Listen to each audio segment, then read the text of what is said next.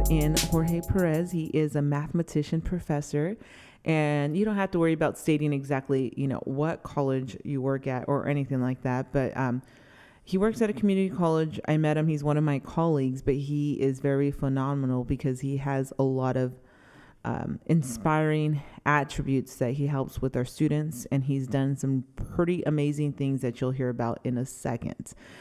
So just to start off, please tell me a little bit about yourself. Okay, so thank you for having me. So my name, like you mentioned, is Jorge Perez. I studied math at UC Riverside. I'm originally from Mexico. I grew up in the city of Guadalajara and moved to the U.S. when I was 12 with my parents and my brothers and sisters, and stayed here. Went to middle school here, high school here, went to community college, and then transferred to UC Riverside, and now I'm teaching math.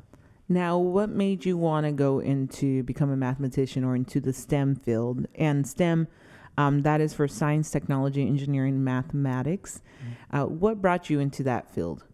Yeah, so the field itself, I was always very curious as to why things work.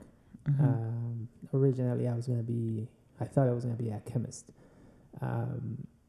Really liked my high school chemistry teacher.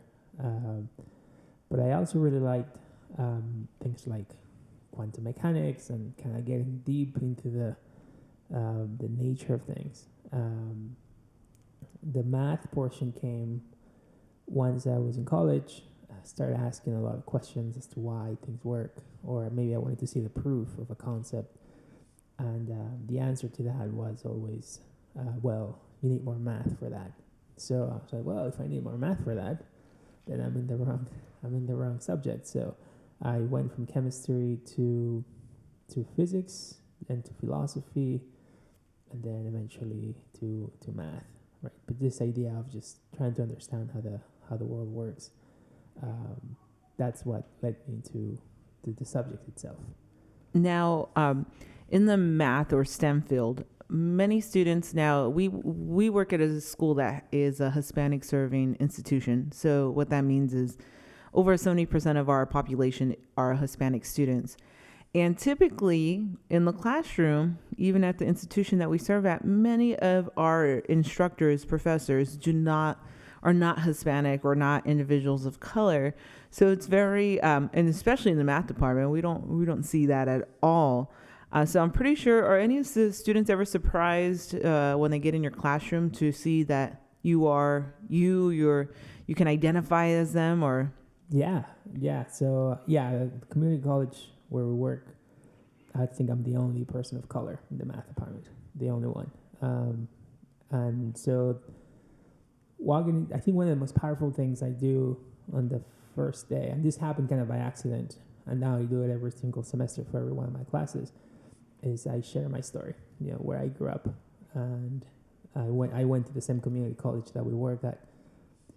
And I can tell you right away, especially with the male students, I think overall the Hispanic students, but definitely with the male Hispanic students, there's an immediate bond that forms. I remember one time when I was teaching math, liberal arts math, there was this guy in the back, first day chatting, to a girl, just young dude, 19, probably 18, I'm fresh out of high school.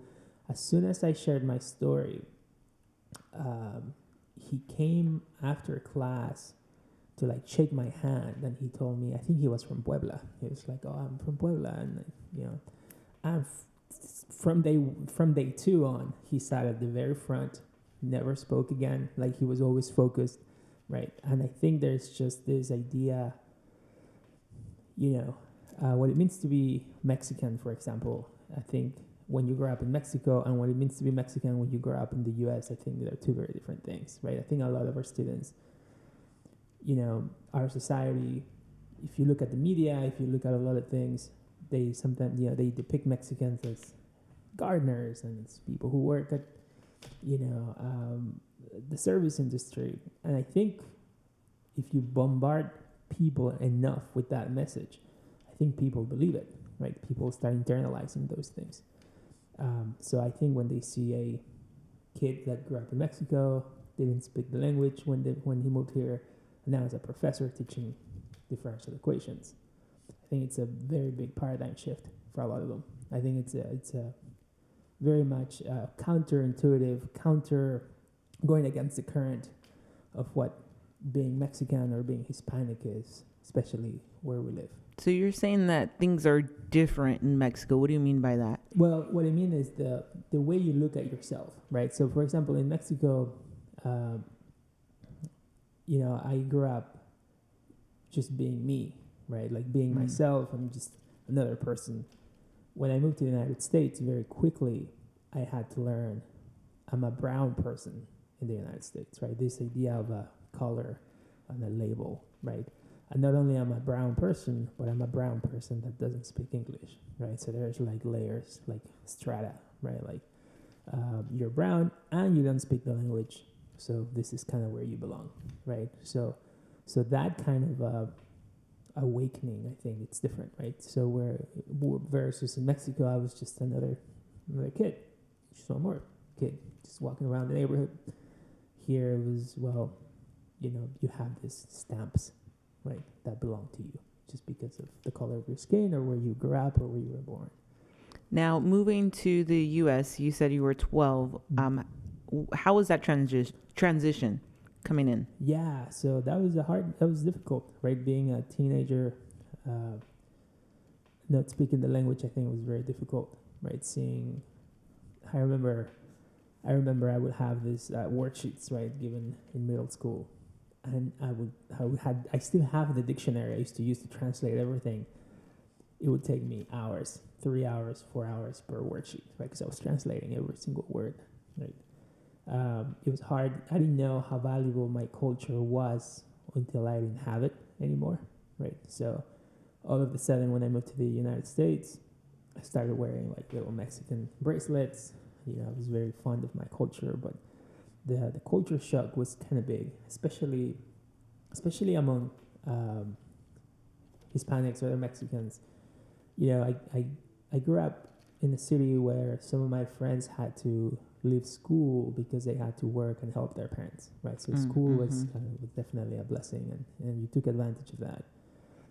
And moving here, there's very affluent, relatively affluent. I was where I was going to school, and to see some kids, not just Hispanic kids, but just a lot of kids in general, not taking school seriously or complaining, or like I remember the free lunch.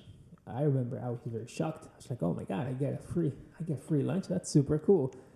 And I'll always remember some kids like biting into a burrito or a sandwich and saying, oh, this is trash, and just throwing it away. And I grew up poor. And I was like, man, it may not be the best, but it's actually not that bad, and it's free food, right? Like, yeah. So there was that kind of shock. And like I said, the not speaking the language was pretty tough too for a 12-year-old kid. I remember my first day in middle school. I was so afraid. I remember I locked myself up in one of the bathrooms for like 2 hours, and I was just what goes through the mind of a 12-year-old, right? Like I'm not in my home country. I'm somewhere else. And I remember, kind of running through all the possibilities of what can I do. And I still remember at the end just saying, well, I'm going to get through this, and just getting up and making the decision. Like, I'm going to face the fact that I'm not in my culture, I'm not in my country. And I remember exiting the bathroom and looking for a security guard and saying, hey, I'm lost, to the best of my ability, saying I don't speak English and I don't know where I'm supposed to be. Right. And that was kind of the beginning of the rest of that story, right? Like, well, now we're going to deal with it, right? Whichever way we can. Now, when you moved to the U.S., you moved to Palm Desert, right? Yeah. Now, Palm Desert is like the widest area in Coachella Valley. I know you mentioned when you moved, you started noticing you were brown. Mm-hmm. And you have told me in previous stories about just, walking around in your neighborhood. Mm-hmm. What have you encountered as you take those walks in your white neighborhood?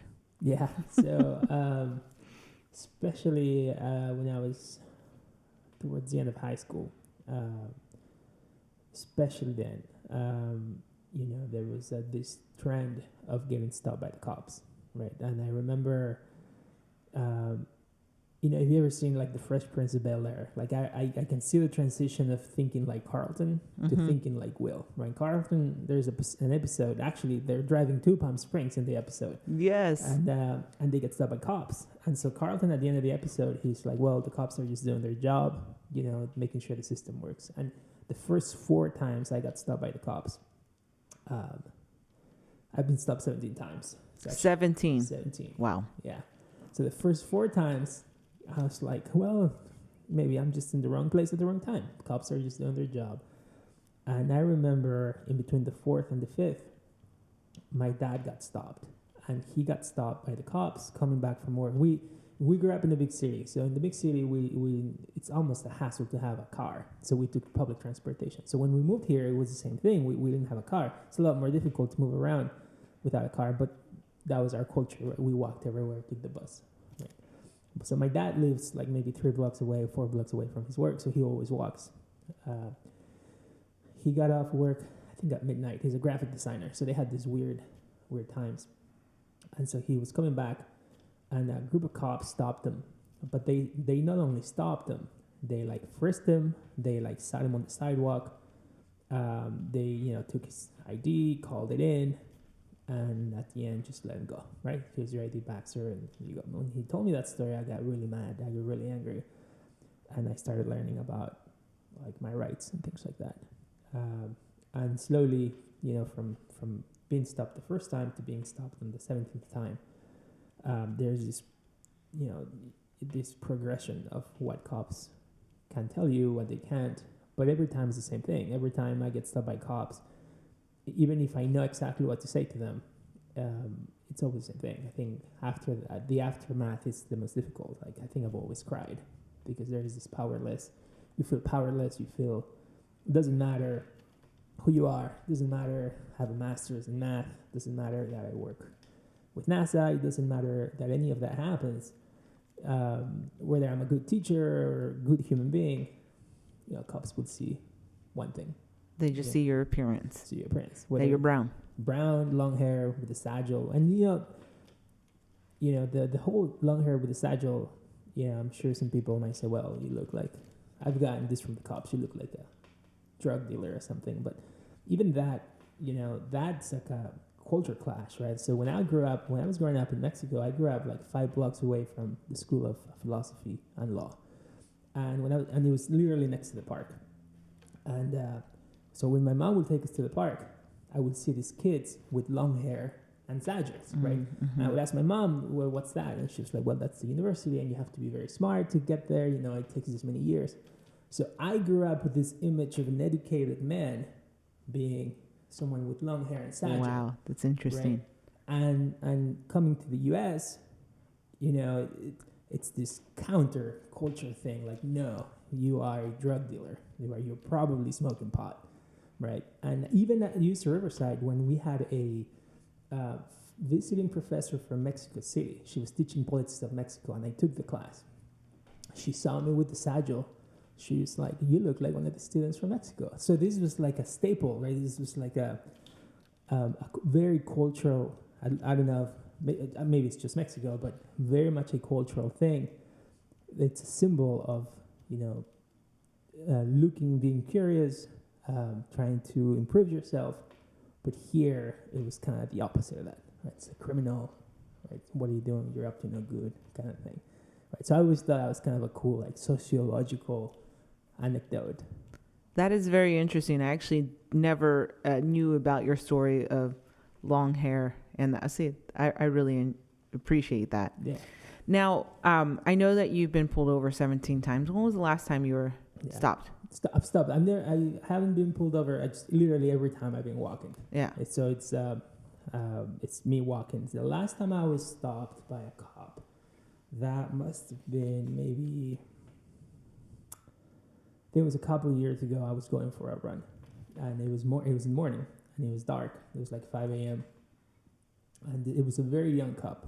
He must have been early 20s. And so I was running on the sidewalk. It was in Palm Desert. And I see the car. So the car parked next to me. And since, I've done nothing wrong, I just kept running, right? So I just hear the cop say, "Hey, can I talk to you?" Right? And I said, "Sure. I have a few questions to ask you." So I asked him, "Why'd you stop me?" "Oh, because there's been a lot of crime. I saw you running through this parking lot, and there's been a lot of crime in that area, so I'm stopping you because of that." I was like, "All right, cool. So I have some questions for you." And by the 17th time, I've learned a lot of things, what to say and what not to say to cops, especially from other people that have been stopped a lot, right? In Palm Desert, like they've given me some tips. So with this cop, I said, "Yeah, no problem, officer. I will answer all your questions." And you can see the smile on his face. He like pulled out the little pad and the little pen, and he's like ready to to ask me all these questions. And I said, "Yeah, I'll answer all your questions, but you are going to give me your card with your badge number, and with your handwriting, you're going to write down the date and the time of this incident." And then we just looked at each other. And then he said, "Look, I'm just trying to ask you a few questions. You can go if you want." And I said, "Goodbye." And I just turned and left. And I was like, "Man, I'm going to get shot. I'm going to get shot right now." But so that I learned actually from somebody who's been stopped probably more times than I have. And so that tactic of, well, sure, I'll play along, but you have to give me your information too. Right. And I bring that up because it wasn't that long ago, right? But it's just that at this time, you're already a professor. Right. You're already, a mathematician, and you're already working on a project with NASA. And none of that's, it doesn't matter. Yeah. So all this, it's interesting, right? Because we can talk about it, maybe if we did this and maybe that we can fix the system that way. But, at the end of the day on the streets, it's about survival. It really becomes, it's that, I don't have a gun. They do, right? If I say the wrong thing, if the dude's having a bad day, if the dude doesn't like Hispanic people, whatever, maybe they don't like people with long hair. It's not about who knows more. It's about, well, let me make sure I don't get shot. Like it really boils down to that, right? Yeah. Everything else, it doesn't matter what my education is, like, master's in math, you have a PhD in whatever, it doesn't matter, right? The dude's having a bad day, and he has a gun. And it's so interesting because people always try to justify like, oh, well, yeah, maybe you were running too early in the morning, maybe this, because, I've been pulled over myself, and being a woman of color, and that the last time was a little over a year ago, and I did cry because not only was I pulled over in one of the wealthier areas on my way home from work during the middle of the day, but they also had Border Patrol. They had ICE with them. Right. And I just remember just like, wow. Right. People at work call me doctor. Right. And, but on the streets. Yeah. And in my head, I'm like cursing up a storm, right? I'm like, you motherfucker. I mean, I didn't really do it to the officers. I know better. But in my head, I'm like, I make like 3 times your salary and you're still pulling me over just because of the way I look. Yeah. And, when I share that with people who are not, who don't understand, who don't have similar experiences, they always try to justify it. For the example of like going to Target, right? And some of you may laugh because this has happened to many of you, but being out there, every time I go to Target, I literally always am asked, excuse me, where is this item at? Mm-hmm. Now, first of all, I know exactly where the item's at because I go to Target all the time. But in the sense where I can be and this has happened, I can be in heels in a 3-piece suit and people still ask me where the things are at. And so when I share my frustration with some of our colleagues, they tell me, oh, it's just that, Veronica, you have such an inviting personality. That's why people, have done that. And I'm always like, no, that's not the reason why. So sometimes, I know this is really messed up. This is totally off topic, but sometimes I'll go in Target and, I'll see, someone who's white shopping and I'll ask them where something's at in a different. Oh, man. If you see the look on their face, It is priceless. Okay. Well, anyways, going on to the next thing. Now, I really want to, and I thank you, first of all, for sharing Yeah. this stuff, because I really want to get to that and bringing that, bringing the whole being judged all the time. Yeah. Because with all your experiences of being pulled over, you could have easily given up. You could have easily stated, and still can be like, this is some BS. I'm not going to be here and tolerate this, or maybe I won't, maybe I just won't continue to go on, because you just keep getting Right. all this kind of rejection from the American society, right? But yet you still progressed on, and you've become this awesome professor. But now you even started a few years ago working on a project with NASA, right, with the students. Yeah. Can you tell me a little bit about that? Yeah. So in 2016, one of the professors at the college asked me if I wanted to take over this small program that we're working with the California Space Grant Consortium, and part of their funding comes from NASA. And so the program was to work with Arduinos, which are microcontrollers, essentially little CPUs that you can program. And it involved, you had to mentor the students, but at the same time, you had to take a class, and the class was through UC San Diego, and then you get some sort of stipend at the end if you complete the class and all of that. And so I was like, yeah, absolutely. I was part-time. I was like, I have nothing else to do, sure. And so in the spring of 2016, on the weekends, I remember, especially on Saturdays, I would spend from like 10 in the morning to 10 p.m. in my office, just programming and soldering things and learning how to code, and so that I could eventually teach the students. My final project was a rover with like infrared sensors that could detect if it was gonna fall off a cliff, or like if there was a wall or something. And I was so happy to put it all together and see it come to life. And showing the kids that, because the kids started the project in the summer, right? So I had to finish by May. It was cool because then they could see, oh wow, this guy did it, so we can do it too. So the first time I was involved in that program, we had 3 groups. One of them made an incubator. One of them made a drone, and one of them had these sensors on this rover that we went around the Southern Sea like at 4:30 in the morning and tested for hydrogen sulfide, and like just different points of the Southern Sea. And what was cool about the projects was the students, all of them had their communities in mind. So like the incubator group, they wanted to create a low-cost incubator, which ended up being like $150, so that they could take it back to like Mecca and the poor areas of our valley, the eastern Coachella Valley, and so they could replicate this for a very low cost, like promoting STEM and science and math. Wow. And so that was all them. We didn't tell them what to do. They all came up with that idea. The Medi drone was a drone. The drone was a drone that could fly around and have like a first aid kit. So if somebody gets lost in the mountain, then the drone can get there pretty quickly until the paramedics and things come by. And so the program started growing. So those kids worked really hard. And then 2017, when it was like a wildfire, so the other students started noticing this, and then the program grew. So we had 5 groups the next year.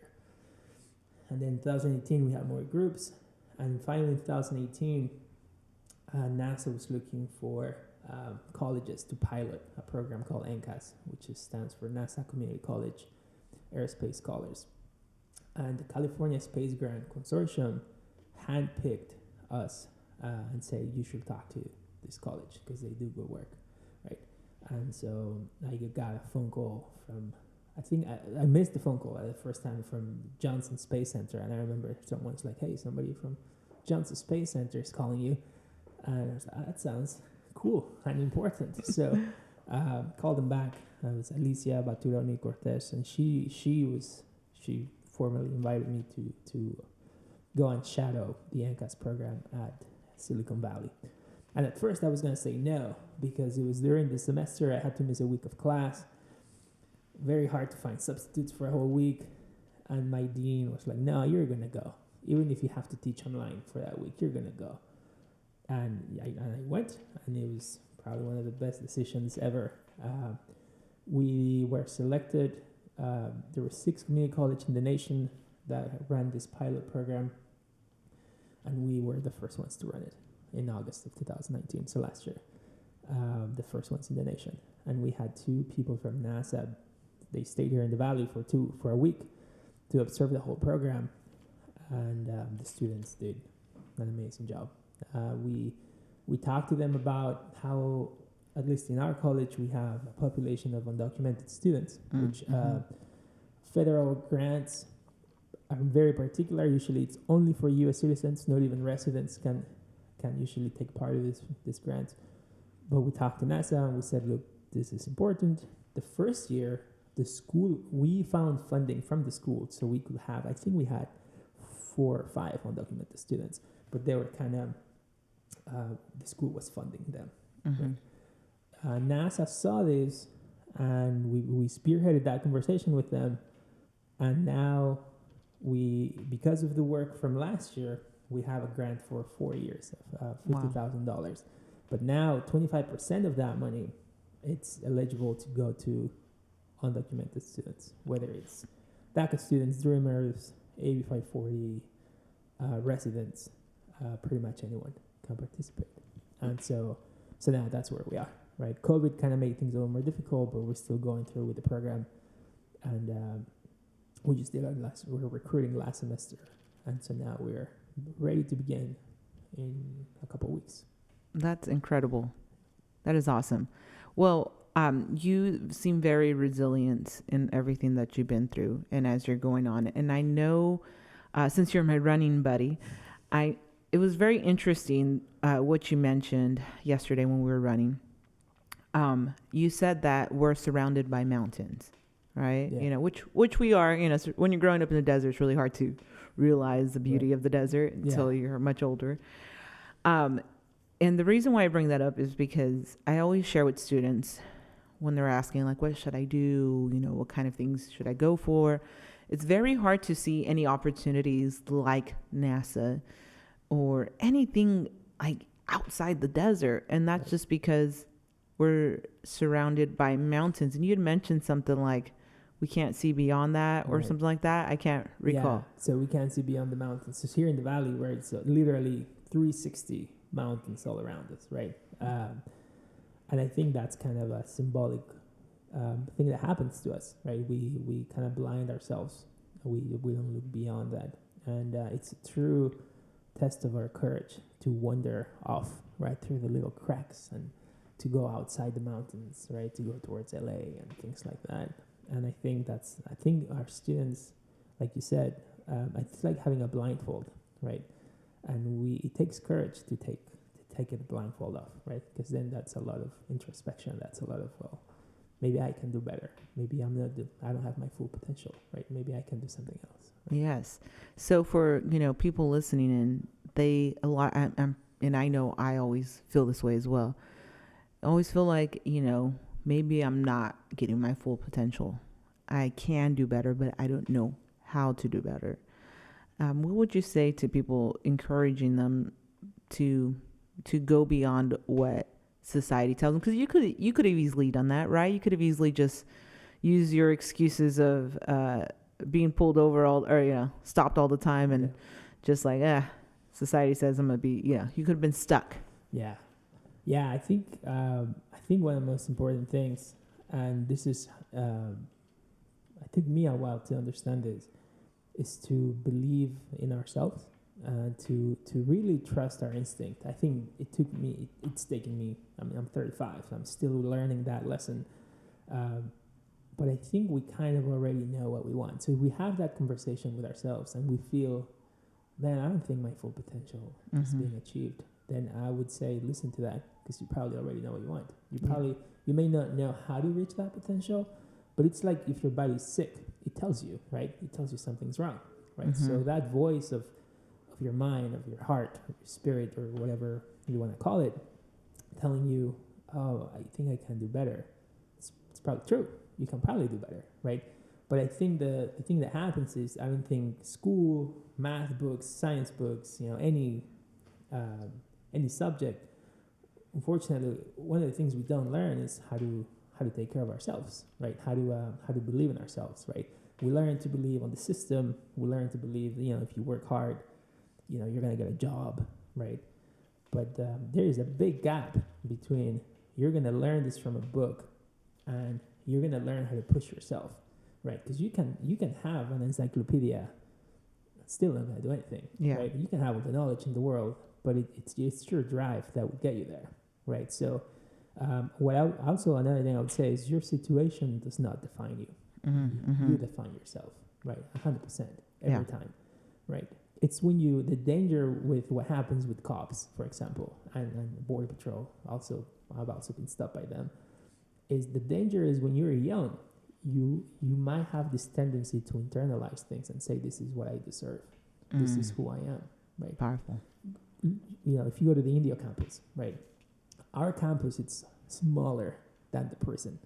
The prison is down the street, right? I can see the prison from my It's office. a very beautiful prison too. It's a great prison, and they just expanded it, right? Yeah. And imagine now being a kid, right? Imagine being a 12-year-old kid walking down downtown India, and you have the prison 3 times the size of the college.